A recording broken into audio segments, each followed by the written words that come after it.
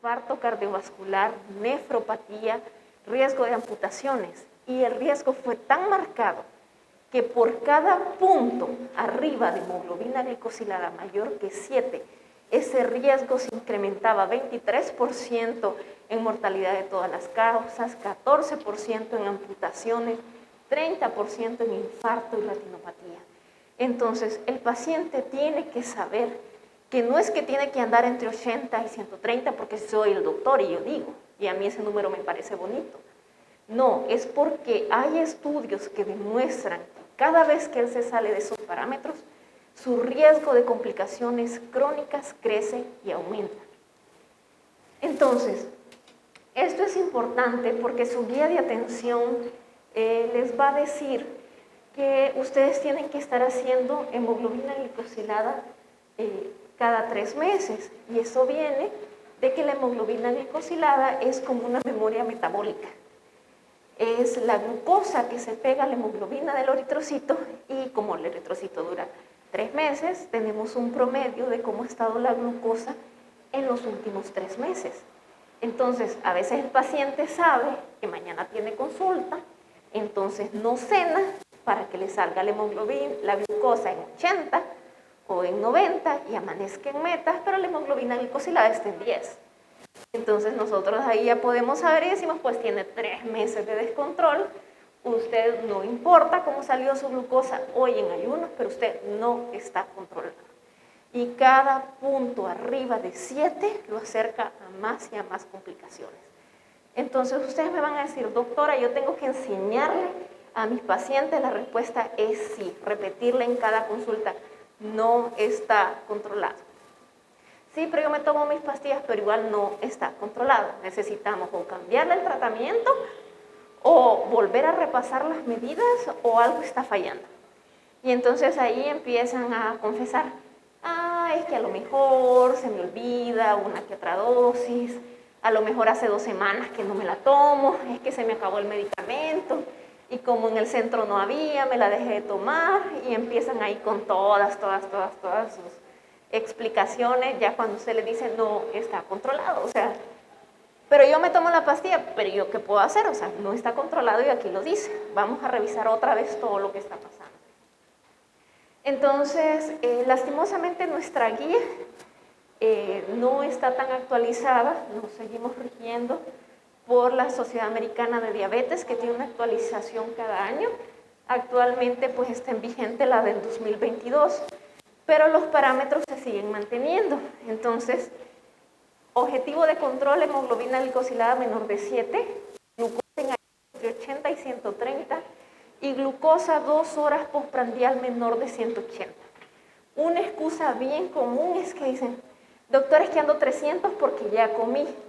Igual no es aceptable. Usted 2 horas después de comer tiene que estar menor de 180. Tiene 300, ¿qué significa? No está controlado.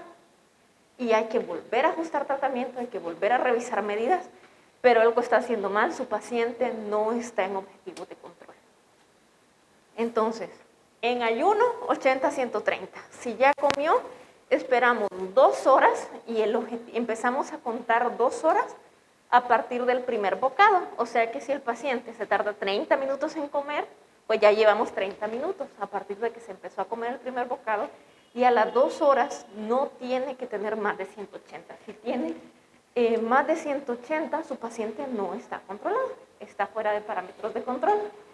Y eso es importante porque en la diabetes se puede perder o la fase de secreción rápida, que esta es una fase que el paciente come y se liberan los gránulos que estaban preformados en la célula beta, y hay pacientes que tienden a hacer hiperglicemia postprandial. O ustedes sirve para valorar la alimentación. Por ejemplo, a veces dicen, no, es que después del desayuno tenía 250, pero ese desayuno, ya el desayuno de hoy sí tenía 150, 100 milímetros menos. Entonces ustedes van a decir, ¿qué tanta fue la carga de carbohidratos de su paciente? Que en algunos de sus tiempos de comida está hiperglicémico y les sirve para valorar también cómo se está alimentando. A veces el paciente cree que lo está haciendo bien, pero definitivamente no lo está haciendo bien. Algo que me he encontrado mucho es que les digo yo, ok, amaneció en 120, porque antes del almuerzo tenía 250. Ay, no sé, doctora, pero no desayuné, pero algo tuvo que haber comido. No solo comí café con pan, porque el pan no cuenta como comida, según la mayoría de los pacientes. Entonces ustedes tienen que enseñarles que todo lo que comen cuenta y que el pan es carbohidrato y que les va a producir hiperglicemia postprandial. Y tienen que volver a revisar su alimentación nuevamente.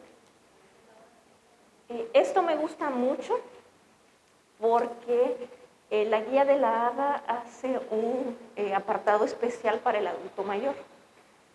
Entonces nos clasifica a nuestro adulto mayor en un adulto mayor saludable, de complejidad intermedia o muy complejo.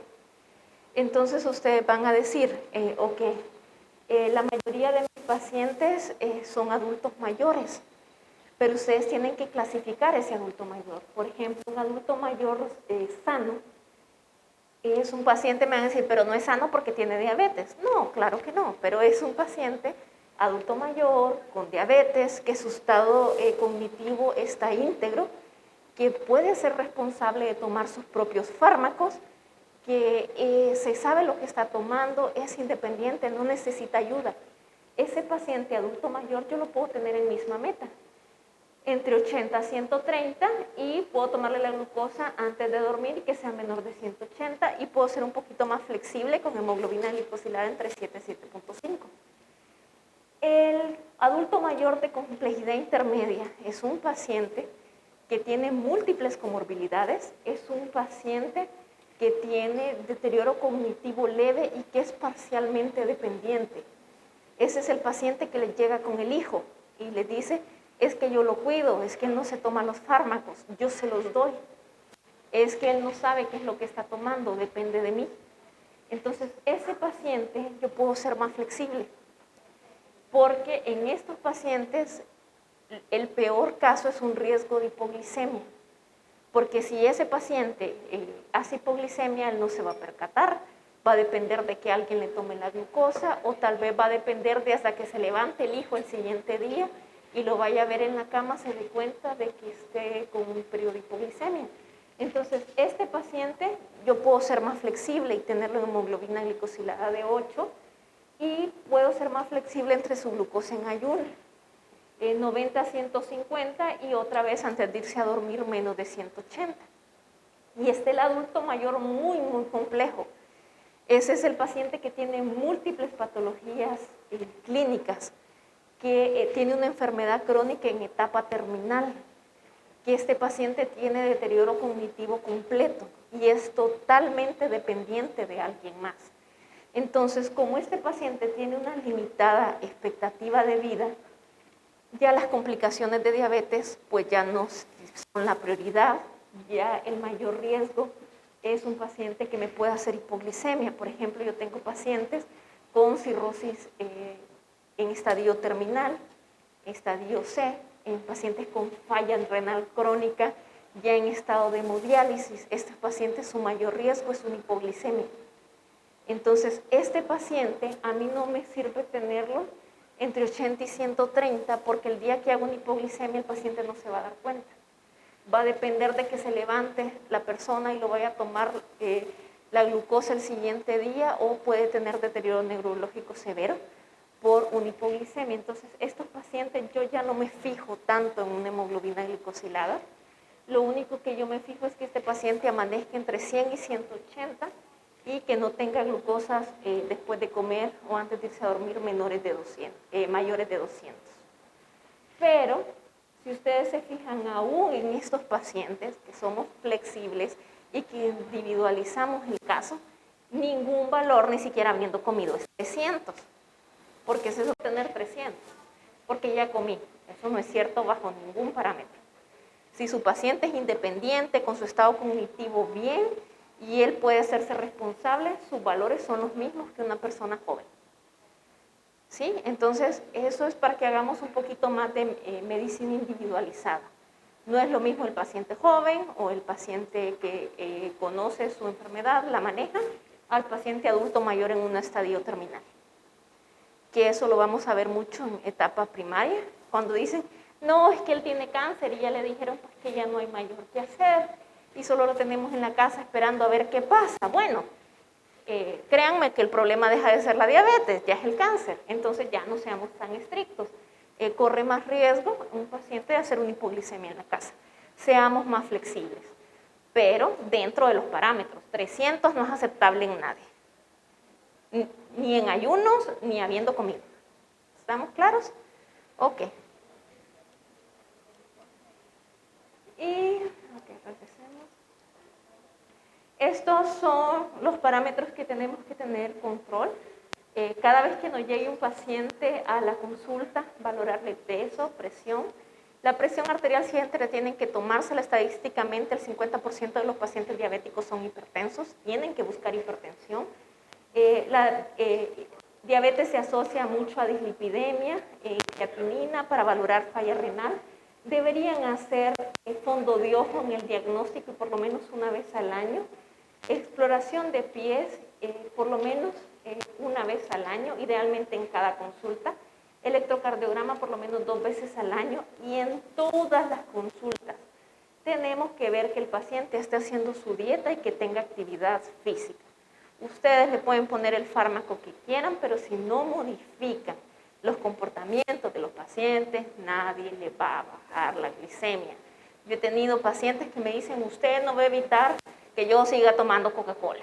Y le digo, pues entonces no le voy a poder bajar la glucosa, porque cada vez que se tome una Coca-Cola va a ser hiperglicemia.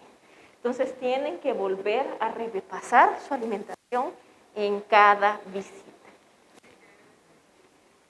¿Qué más tenemos que hacer? Obviamente en la primera consulta clasificar la diabetes, pero en cada visita también investigar si su paciente está haciendo hipoglicemias, enseñarle al paciente que tiene que tener una libretita y anotar su glucosa. Ustedes me van a decir, doctor, ¿está diciendo que todos los pacientes diabéticos deberían tener un glucómetro? Sí, todos los pacientes deberían tener un glucómetro, enseñarles sus parámetros y decirles cada vez que se salga de estos parámetros usted está descontrolado y está aumentando el riesgo de complicaciones. Deberíamos hacer por lo menos una vez al año cálculo de filtrado glomerular para prevenir lo que es falla renal crónica. Y les traigo un pequeño caso clínico. Entonces dice, tengo un paciente masculino de 65 años que mide unos 69 y pesa 100 kilos. Tiene un índice de masa corporal de 35.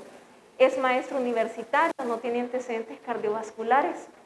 En enero, en el 2021, le realizan estudios de laboratorio y le encuentran una glucosa en ayuno de 115. ¿En qué rango está ese valor de glucosa? Está en prediabetes. Le hacen una hemoglobina glicosilada que está en 5.8. ¿En qué rango está esa? Es prediabetes otra vez. Le encuentran un colesterol de 220 y triglicérido de 330, su LDL de 160 y hemoglobina HDL de 35. El paciente acude a la consulta con los resultados. ¿Cuál es su diagnóstico para este paciente? ¿Y qué tratamiento le van a dar? ¿Es prediabético? ¿Tiene dislipidemia? ¿Y qué tratamiento le van a dar? ¿Ok? Díganme acá. Bueno, yo le haría metformina, Ajá. y me podría usar atorvastatina, 20 miligramos diarios. Está bien, es correcto, el paciente es prediabético. Entonces, primero vamos a repasar con esto algo que ustedes ya vieron. ¿Qué factores de riesgo tiene este paciente para ser diabético? Entonces, el paciente tiene índice de masa corporal más de 25. Habrían ustedes que preguntarle si tiene familiares en primer grado de diabetes. Recuerden que ser latino es un factor de riesgo. Todo el mundo dice, ¿pero por qué ser latino? Nuestra dieta viene de los mayas, está basado en el maíz. Nosotros desayunamos, almorzamos y cenamos carbohidratos. Comemos arroz, espaguetis y tortillas. Y nuestras tradiciones están basadas en carbohidratos, que es un nacatamal, masa, con arroz, que es más carbohidrato, con papas, que es más carbohidrato, con papas, que es carbohidrato, tortillas. tortillas, que es más carbohidrato, y todavía con una coca, que es carbohidrato. Entonces, y rosquillas en miel y torrejas.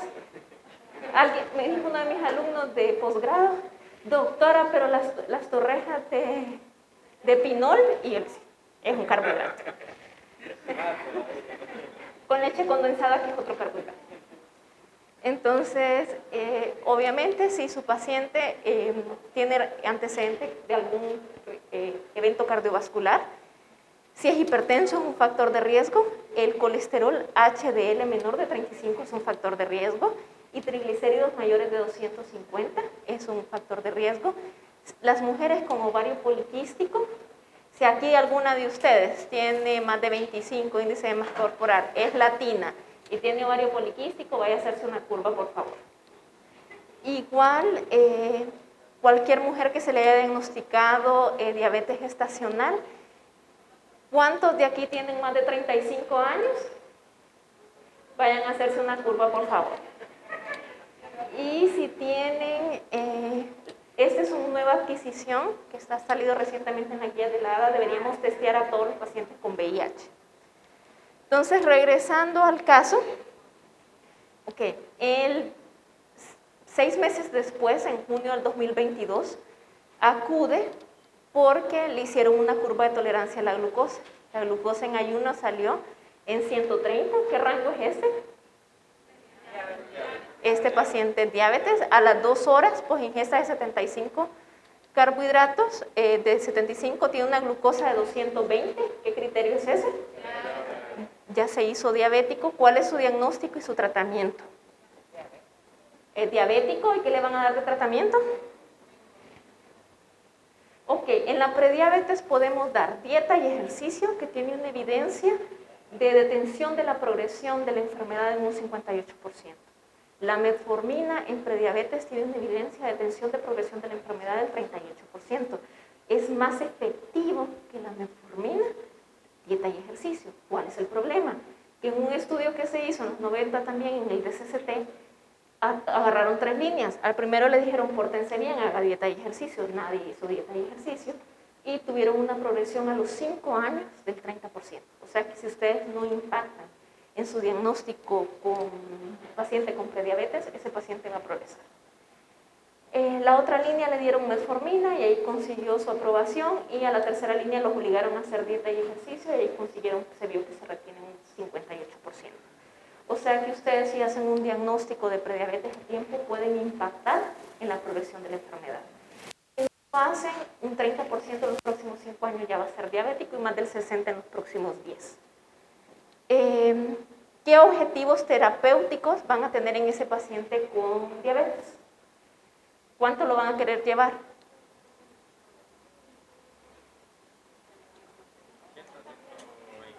¿Cuánto? 80, 126. No, 80, 100, está bien. 80, 130 en ayuno. ¿Cuánto es su objetivo de hemoglobina glicosilada? Menor de 7. Y si ya comió, ¿cuánto se lo puede tomar? Menor de 180, ¿al cuánto tiempo? 2 horas. ¿Cuándo empezamos a contar? Con el primer bocado empezamos a contar el tiempo, correcto. Entonces, veamos que este es el estándar para hacer criterio de diagnóstico de prediabetes. Es entre 100 y 125, eso ya lo vieron, con la curva entre 140 y 199 y hemoglobina glicosilada de 5.7 a 6.4. Estos son los criterios para diabetes: más de 126 en ayunas, más de 200 después de la curva y hemoglobina glicosilada más de 6.5, o que el paciente pues ya tenga signos y síntomas de hiperglicemia y con una glucosa al azar de 200. O sea, hay pacientes que me dicen, doctora, es que me encontraron 450 en la emergencia. ¿Será que sí soy diabético? Sí, sí. Entonces, y recordemos otra vez los parámetros del adulto mayor. En su caso, su paciente, aunque es mayor de 60 años, es un paciente activo, joven, no tiene riesgo cardiovascular, ejerce todavía la docencia, puede tener criterios. Quiero hacerles esta pregunta antes de terminar. ¿Qué beneficios y ventajas va a tener este paciente si le ponemos un inhibidor de SGLT2? si le ponemos un DPP-4, si le ponemos sulfonilureas y si le ponemos cualquier análogo de GLP-1. ¿Qué quiere decir? Que ustedes son libres de seleccionar el tratamiento que ustedes quieran para este paciente, pero quiero que me expliquen qué beneficios va a tener si ustedes seleccionan ese tratamiento que seleccionen para su paciente. Es un paciente nuevo, está en blanco, ustedes le pueden dar lo que ustedes quieran. Incluir insulina, no hay problema, se puede utilizar como tratamiento de inicio.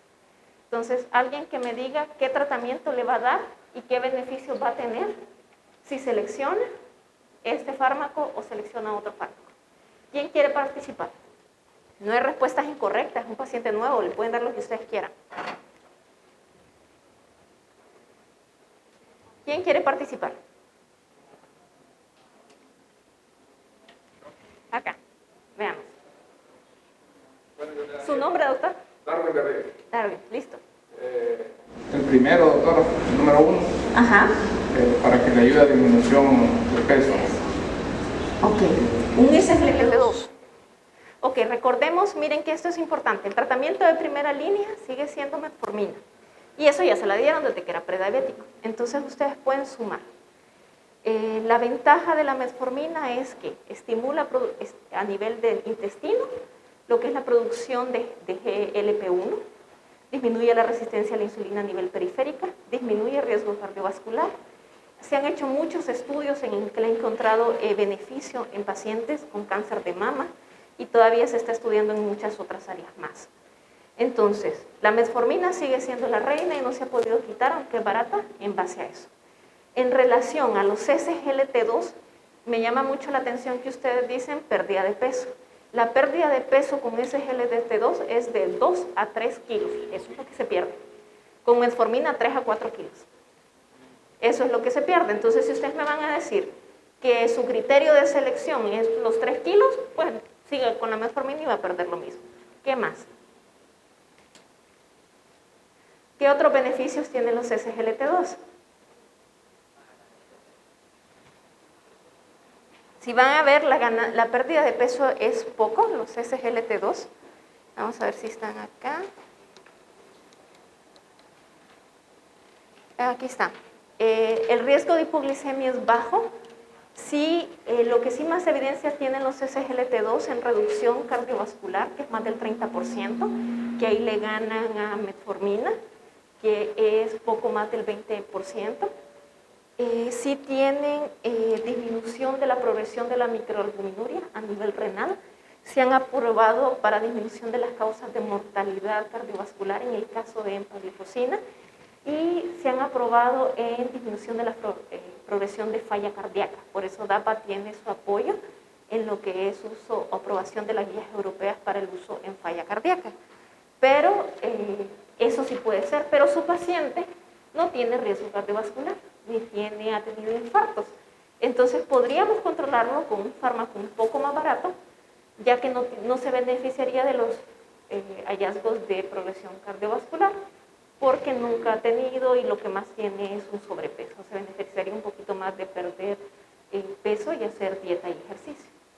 La reducción de presión arterial, que es otra de las que le hacen mucha publicidad, es de 3 milímetros de la sistólica y de 2 de la diastólica. Así que no van a impactarnos un antihipertensivo. La reducción de triglicéridos es de menos de 10 milímetros, o sea, tampoco es no compite con un fibrato. Ok, de los otros grupos farmacológicos,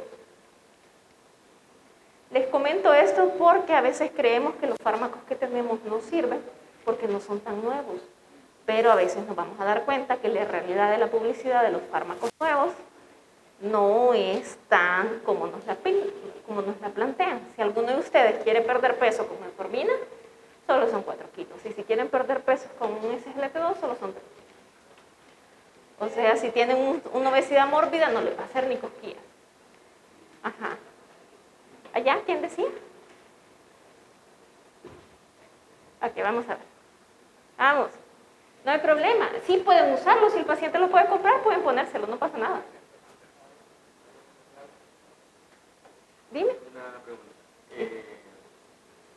En cuanto a la metformina, ¿influye mucho el laboratorio que nos la produce? uso, digamos, a veces nos llaman metformina de laboratorios que no son de buena calidad, entonces los resultados pues, no son lo que esperamos.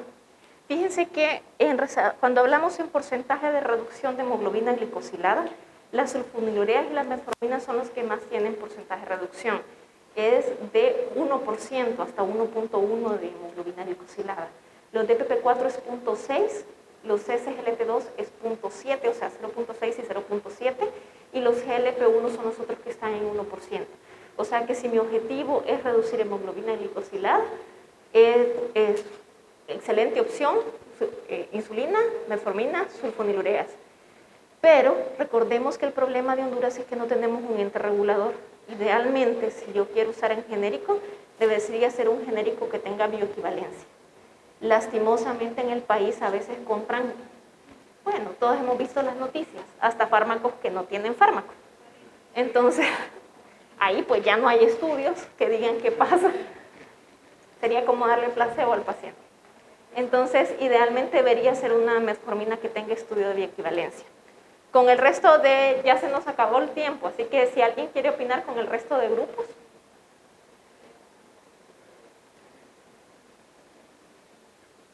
¿Qué pasó?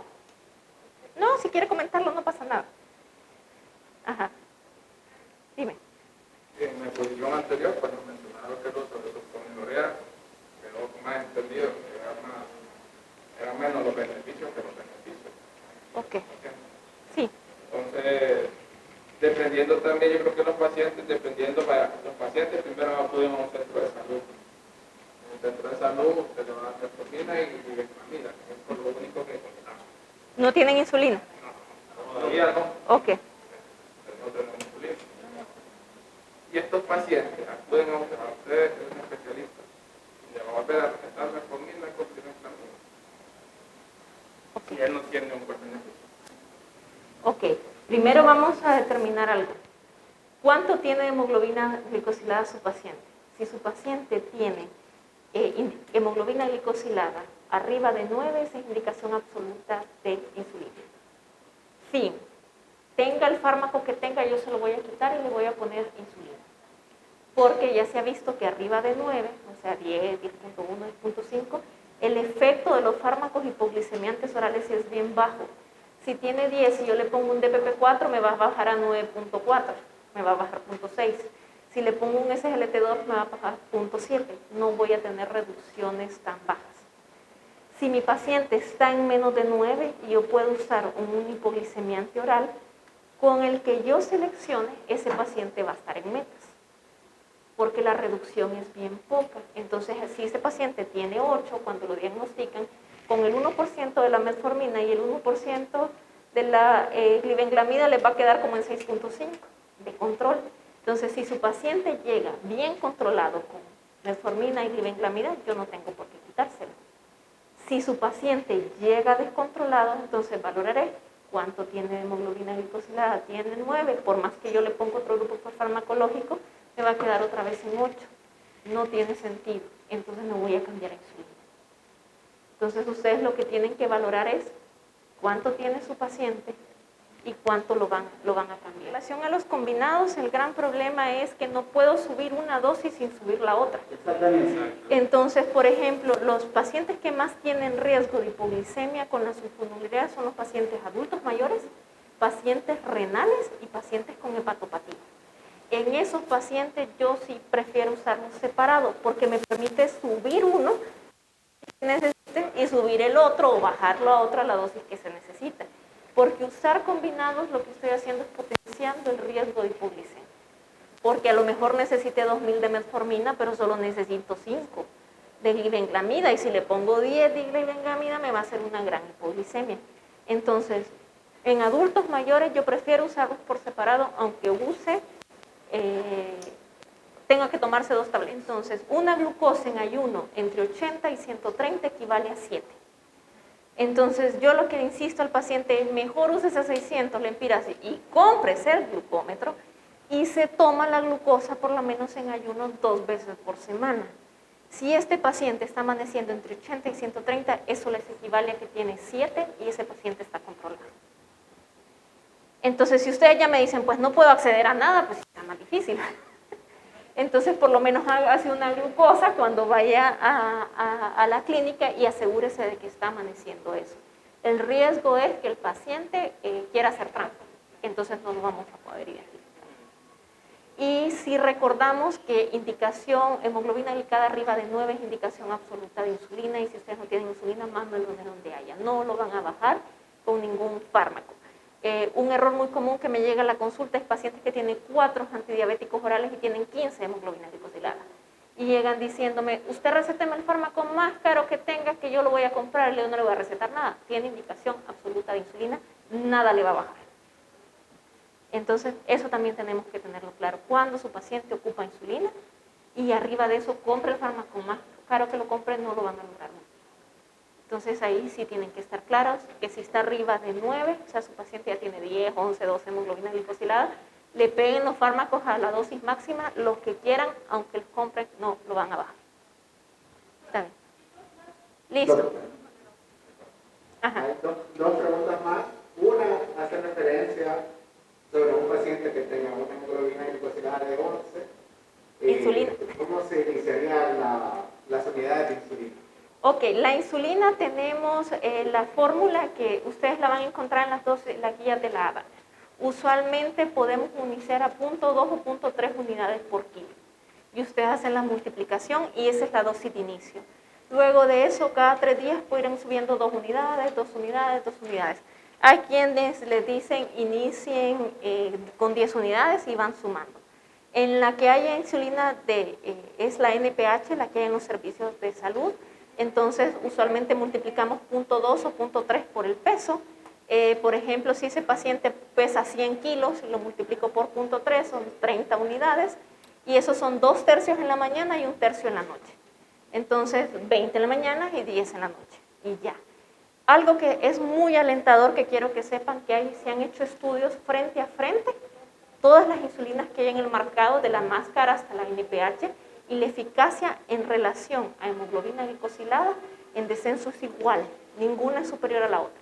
El paciente se puede controlar con NPH, con glargina, con la que ustedes quieran. Se llama comodidad, no eficacia glicémica. Y la última, dice. La última pregunta, consulta al doctor, referente a los ayunos que hacen algunos pacientes para que aparezcan los valores de glucemia normales, pero se ven alterados en la hemoglobina glicosilada. Entonces, ¿cómo se suele hacer la evaluación entre ambas pruebas? Ok, tiene más valor la hemoglobina glicosilada, así como tiene valor el criterio clínico cuando ustedes saben que su paciente les está mintiendo. Fácil, tengo una paciente que mide 1,53 y pesa 250 kilos y ella dice que ella no come.